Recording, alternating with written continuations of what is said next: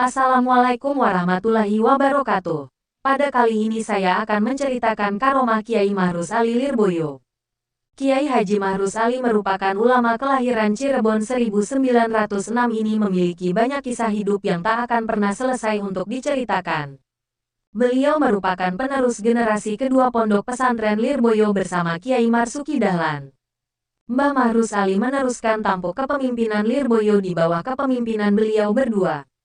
Pondok Pesantren Lirboyo mengalami kemajuan pesat dan banyak santri dari Jawa maupun luar Jawa berbondong-bondong menuntut ilmu di Lirboyo. Kisah karamah Kiai Mahrus Ali dan Kiai Marzuki Dahlan Blengok Gandusari Trenggalek, Jawa Timur. Pernah bercerita saat takziah atas meninggalnya salah satu saudaranya bahwa pada tahun 1974 beliau menunaikan ibadah haji yang kebetulan satu pesawat dengan Kiai Mahrus Ali, Nyai Zainab istri beliau dan Gus Imam Kiai Imam Yahya, dan pada musim haji tahun 1974 itulah terjadi musibah jatuhnya pesawat yang membawa jamaah haji asal Kabupaten Blitar, Jawa Timur, di Kolombo, Sri Lanka, yang kemudian semua korbannya dimakamkan di Komplek Makam Sunan Ampel, tepatnya di samping makam Mbah Bolong, Surabaya. Sebenarnya Mbah Ki Mahrus beserta keluarga dijadwalkan naik pesawat yang jatuh itu dan beliau saat itu sudah berada di atas pesawat tersebut. Ketika baru saja duduk di kursi pesawat, tiba-tiba beliau berdiri dan bilang kepada Bu Nyai dan Gus, "Ayo mudun melu penerbangan sak emburin iki pesawat iki mambu gondo mayit. Ayo turun ikut penerbangan, setelah ini saja pesawat ini bau aroma mayit." Kemudian beliau bertiga akhirnya ganti pesawat sehingga menjadi satu pesawat dengan Mbah Sunop, dan setelah itu terjadilah musibah jatuhnya pesawat yang kemudian dimonumenkan dengan pembangunan rumah sakit syuhada haji di Blitar. Selanjutnya sesampainya di Tanah Suci dan rangkaian ibadah haji dimulai, suatu hari Mbah Ki Mahrus, Bu Nyai dan Gus Imam naik bis dari kos tempat menginap milik Syekh Sirojudin menuju Masjidil Haram. Perlu diketahui bahwa Syekh Sirojudin adalah alumni Lirboyo Rumah Fakih Sumbersari Pare, Kediri. Putra dari Kiai Abdullah Umar, pendiri Pondok Pesantren At-Taqwa Gedung Lurah, Trenggalek, Jawa Timur. Saat itu mungkin karena ingin menikmati suasana lain, Gus Imam naik di atas kapdis bersama beberapa jamaah lainnya. Sedangkan Kiai Mahrus beserta Bu Nyai duduk di kursi dalam bis.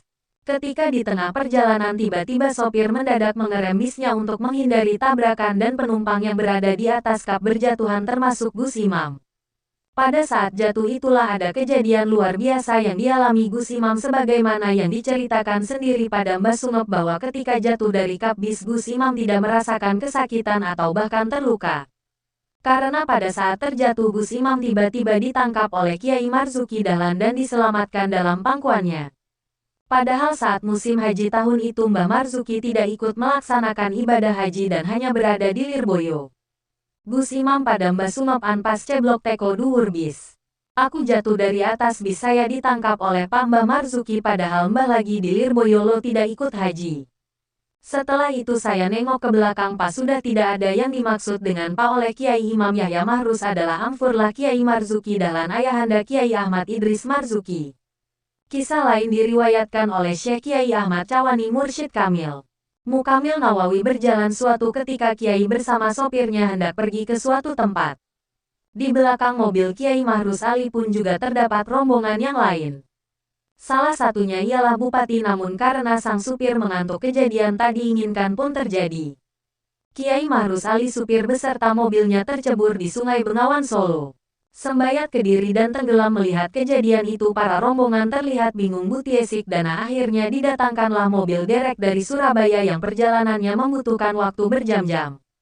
Setelah mobil derek sampai ditariklah mobil yang tenggelam itu. Setelah naik di tepi sungai pintu mobil pun dibuka. Betapa kagetnya semua orang yang di sana melihat Mbah Mahrus Ali sedang merokok, tidak ada sedikit pun air yang masuk. Mbah Mahrus dan supir terlihat segar bugar.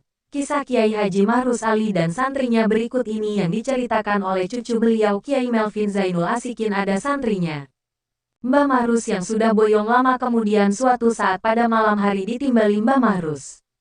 Mbah Mahrus heran kok tidak datang-datang padahal rumahnya juga tidak terlalu jauh dari kota Kediri, sampai malam harinya baru datang di Kediri. Tapi sebelum berangkat ke Kediri Mbah Mahrus berpesan kepada santrinya. Sebelum berangkat wuduk, begitu perintah Mbah Mahrus kepada santrinya yang telah menjadi kiai ini. Dan santrinya ini menuruti perintah sang kiainya. Kemudian setelah sampai di dalam, Mbah Mahrus bertanya, "Kenapa kecelakaan tuh?" tanya Mbah Mahrus. Sontak sang santri kaget dengan pertanyaan Mbah Mahrus. "Engge," jawab sang santri. "Tapi selam tu engge yos berkat wudukmu awakmu selamat. Tapi si ginseng selamat wong wedok tu neng ngarepmu imau onok wong wedok tu yo selamat." Terang Mbah Mahrus yang seyakin usak durunge winara mengetahui keadaan yang ditambah kaget dengan perkataan Mah Tahdar dengan kabar keadaan di perjalanan. Padahal tiasa ngikak Jal Pumpang Bas yang lainnya mengalami luka-luka, hanya sang santri yang menjaga wudunya dan perempuan tua yang senantiasa selawat. Semoga dari kisah ini kita bisa mengambil ibrah untuk senantiasa menjaga wudu dan juga berselawatan apalagi ketika sedang perjalanan. Kisah Kiai Haji Mahrus Ali menunda hujan. Alkisah Gedung Institut Agama Islam Tribakti akan diresmikan penggunaannya. Ribuan santri, ulama dan pejabat memenuhi kampus. Beberapa santri berdiri membentuk pagar menyambut Menteri Agama, akan tetapi suasana berubah. Langit Kediri yang pagi itu cerah mendadak mendung dan kemudian hujan pun turun. Sementara itu Menteri Agama sudah berada di Kediri istirahat sejenak di kantor wali kota. Panitia tampak gundah seiring dekatnya waktu peresmian. Hujan semakin deras. Lain halnya dengan Kiai Mahrus Ali, beliau justru kelihatan tenang mendengar rombongan Menteri Agama menuju kampus. Beliau penuh dengan percaya diri maju ke panggung. "Para santri, mari kita mengangkat tangan berdoa kepada Allah, kita minta agar hujan dihentikan," pinta beliau. Beliau kemudian berdoa dan hadirin mengamini. Tidak lebih dari 5 menit hujan tiba-tiba berhenti. Langit Kediri kembali cerah. Seiring itu rombongan Menteri Agama sampai di tempat acara kurang lebih 1 jam. Acara peresmian berlangsung. Menteri Agama meletakkan batu pertama pembangunan musola kampus. Usai acara diiringi solawat Nabi, rombongan bertolak kembali ke Balai Kota Kediri. Hadirin belum sempat angkat kaki, hujan deras tiba-tiba kembali mengguyur kota Kediri yang tadi cerah sebentar. Pembicaraan santri Lirboyo bukan lagi tertuju gedung baru kampus atau pidato menteri, namun ikhwal hujan yang sempat tertahan oleh doa beliau. Bagi santri baru peristiwa itu sungguh menakjubkan. Peristiwa itu membuat santri baru kagum dan hormat kepada pengasuhnya. Akan tetapi bagi Kiai Halimi kisah seperti itu bukanlah hal baru. Itu peristiwa untuk kesekian kalinya yang saya lihat, kata Kiai yang puluhan tahun mendampingi beliau. Salah satu karamah Kiai Mahrus Ali yang dirasakan santrinya adalah mampu membaca isi hati santri. Kisah ini diceritakan oleh Kiai Fatoni Sihabudin. Saya pernah ikut ngaji Fathul Wahab dan tafsir Yasin kepada Kiai Mahrus, tutur Kiai Fatoni Sihabudin Cirebon. Di masa itu saya sering menyiapkan bangku bantal dan sajadah beliau untuk mengaji. Suatu hari beliau duduk tepat di belakang Kiai Mahrus. Diam-diam beliau mencoba mengintip dan melihat kitab Kiai Mahrus. Saya penasaran seperti apa sih isi kitab beliau. Meskipun beliau alim benar dalam ilmu fikih, ternyata kitab beliau masih dipenuhi tulisan-tulisan yang berisikan keterangan. Tiba-tiba alangkah kagetnya saya. Beliau seketika itu menghentikan bacaannya. Waktu yang diumpamakan pedang itu meski sepersekian menghunus sangat dalam di hati Fatoni muda.